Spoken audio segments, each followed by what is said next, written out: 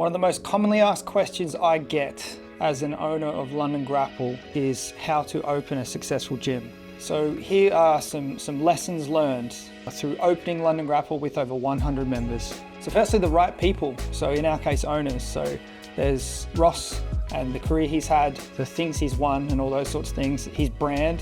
Then you had Steve with capital, business experience, and also experience in the finance industry.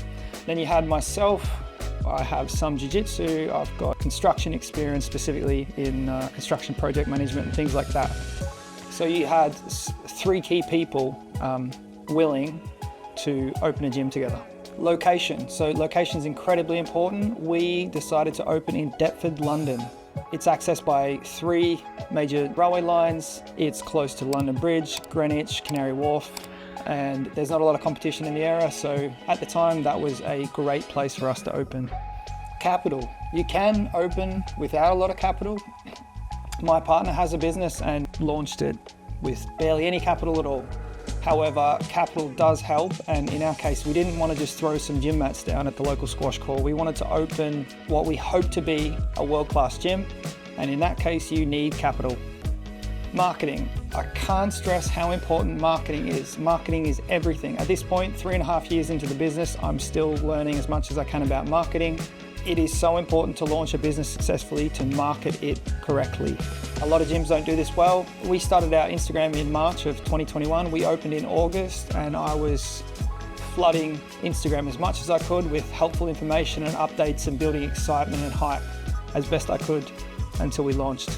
Free training and community building, this was huge for us. So the moment we got the keys to our facility, we threw jigsaw mats down and invited anyone and everyone to come and train. We built a really good community through that. What helped us was it was during COVID, so people were starved of training, and all of a sudden there's this free, illegal training that we were offering. And we eventually had to stop that for 6 weeks or so during the actual construction of the gym itself.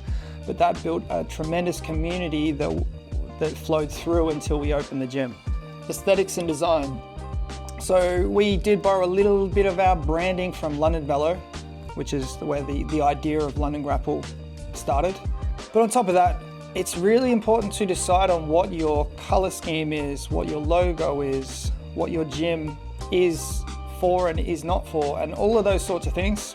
And then execute that really well and carry that through everything, whether it be your website, your social media, the gym facility itself, on and on and on and on.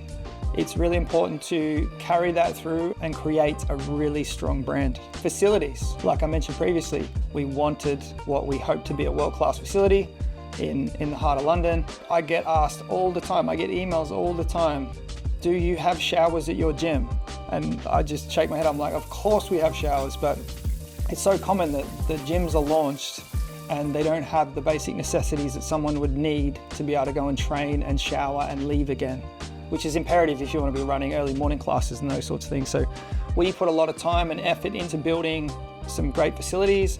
We do a lot of work in upkeep and management of those facilities to make sure that we maintain those high standards. And if you want to launch a successful gym fast, then invest in adequate facilities. So with those key things I mentioned, we launched on the 1st of August 2021. I think we started on the 1st of that month with 86 active members, and we had over 110 by the end of that same month. So I think we needed 60 something members to break even, and we well exceeded that mark. So we were profitable from month 1, day 1. And something that goes without saying is hard, consistent work. You like from the moment you decide to do this, right the way through until you decide to sell the gym or close it down, you need hard, consistent work if you want to consistently grow and develop and become a leader in a space. So that's obviously important from the conception of the idea, but all the way through until you decide to close that business. Now you could sit on your hands, you could pay other people to do certain roles and things like that, fine. But if you're in the business and you're working on the business, you need to be trying to constantly get better, or competitors should and will pass you. And finally, with anything in business, there is luck involved.